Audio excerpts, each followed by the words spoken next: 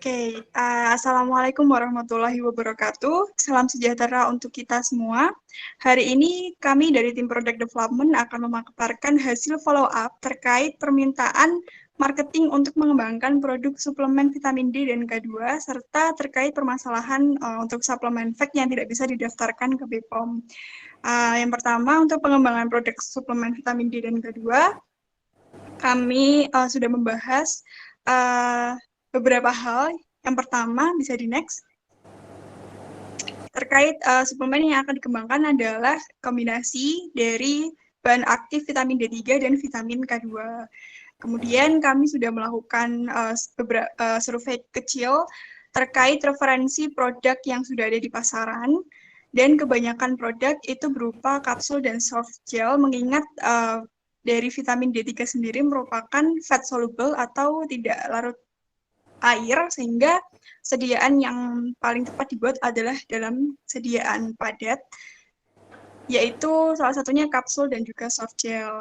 Kemudian bisa di next. Sehingga target untuk produk yang akan dibuat kali ini yaitu vitamin D3 dan K2 yang akan dibuat sebagai suplemen dengan klaim dapat memelihara kesehatan tulang dan jantung. Untuk dosisnya, vitamin D3 akan digunakan dosis 10 mikrogram atau setara dengan 400 IU, dan untuk vitamin K2 yang spesifiknya menggunakan senyawa aktif menaquinone 7 dengan dosis 120 mikrogram.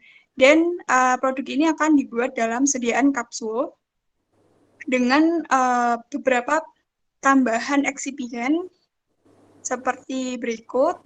Untuk eksipien yang pertama menggunakan mikrokristalin selulus sebagai pengikat atau pengisi dengan konsentrasi atau rentang konsentrasi 20-90%, dan magnesium stearat sebagai lubrikan dengan rentang konsentrasi 0,25-5%, serta silikon dioksida sebagai gliden dengan konsentrasi 0,1-1%.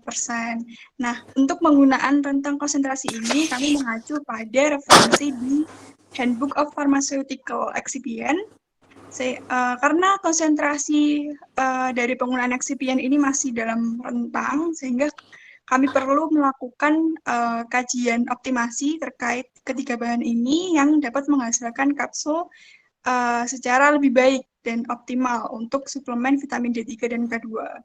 Selanjutnya, dapat di next.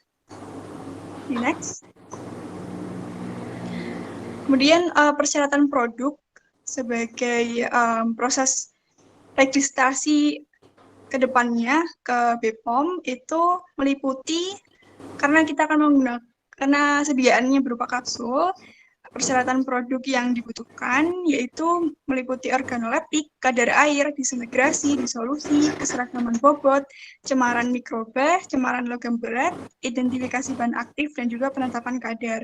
Untuk organoleptiknya dibutuhkan keterangan terkait warna cangkang kapsul, warna serbuk, dan juga aroma. Dan untuk kadar air itu tidak boleh lebih dari 10%. Kemudian hasil disintegrasinya juga kurang dari sama dengan 30 menit. Selanjutnya ada cemaran mikroba dengan syarat angka lempeng total itu 2 kali 10 pangkat 3 CFU per mililiter, dan angka kapang kamir itu 2 kali 10 pangkat 2 CFU per mililiter pada mikroorganisme spesifik E. coli. Dan untuk uji-uji yang lain seperti disolusi, keseragaman bobot, identifikasi bahan aktif, dan juga penetapan kadar disertakan hasil uji yang sesuai dengan prosedur yang tercantum di FI 6. Nah, persyaratan produk ini mengacu pada Peraturan BPOM nomor 17 tahun 2019 tentang persyaratan mutu suplemen kesehatan. Nah, selanjutnya secara lebih detail akan dijelaskan oleh teman saya.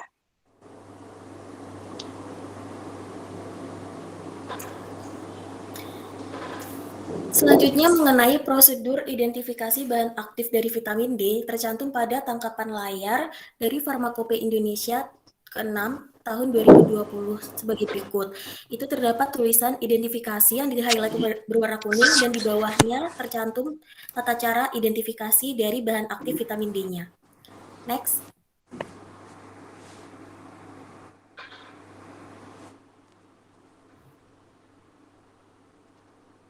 Lalu untuk penetapan kadar vitamin D, sesuai dari Farmakope Indonesia edisi ke-6 tahun 2020 terbagi menjadi dua cara. Yang pertama yaitu metode kromatografi cair kineja tinggi atau KCKT, dan yang kedua adalah metode kimia.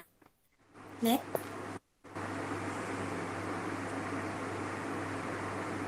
Dikarenakan vitamin K2 adalah produk baru di Indonesia, perlu sekali dilakukan registrasi baru produk suplemen kesehatan yang tercantum pada peraturan BPOM nomor 11 tahun 2020 yang membahas tentang kriteria dan tata laksana registrasi suplemen kesehatan yang meliputi pertama, hasil praregistrasi, lalu kedua, dokumen administratif, yang ketiga, dokumen mutu, yang keempat, dokumen keamanan dan kemanfaatan, dan yang kelima adalah dokumen penandaan. Next. Berikut adalah lampiran dari form praregistrasinya. Next. Berikut adalah tangkapan layar mengenai kelengkapan-kelengkapannya. Next.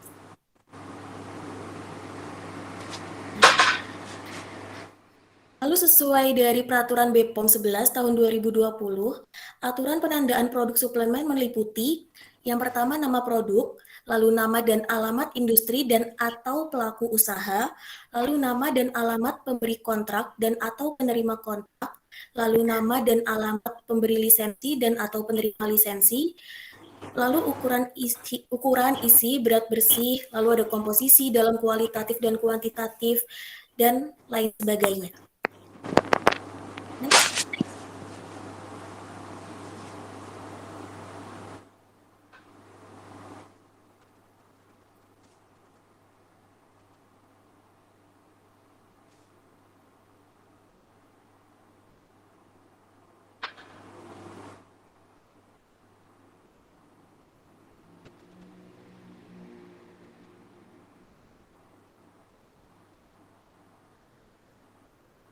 Halo, next.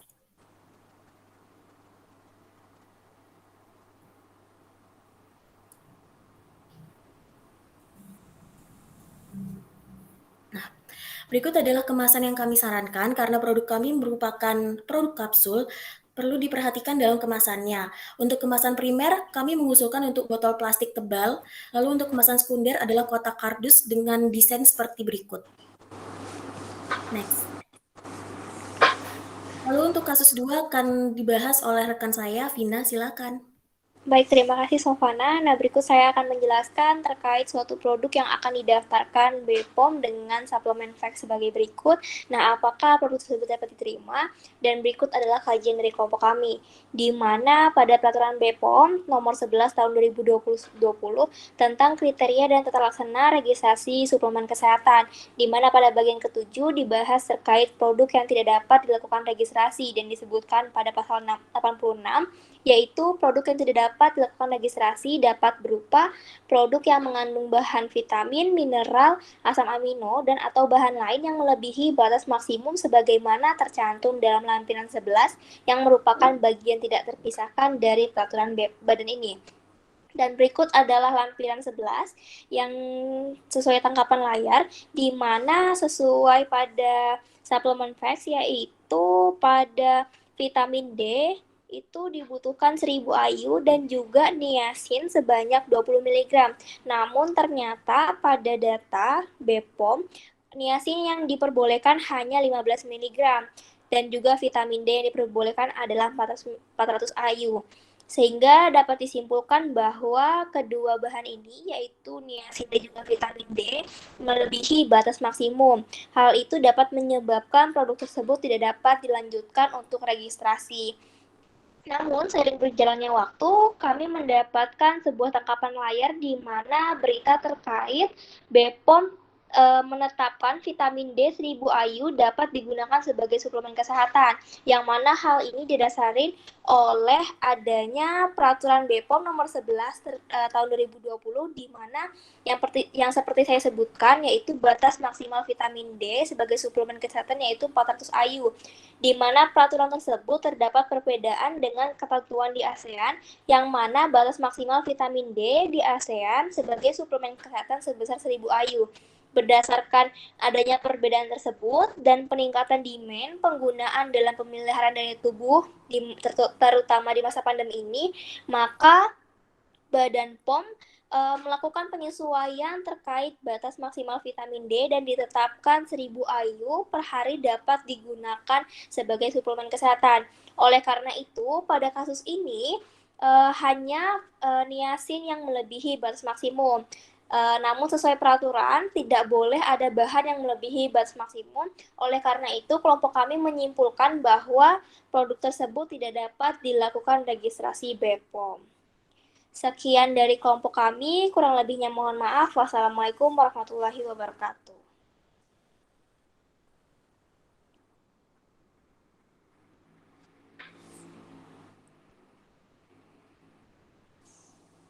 Udah belum?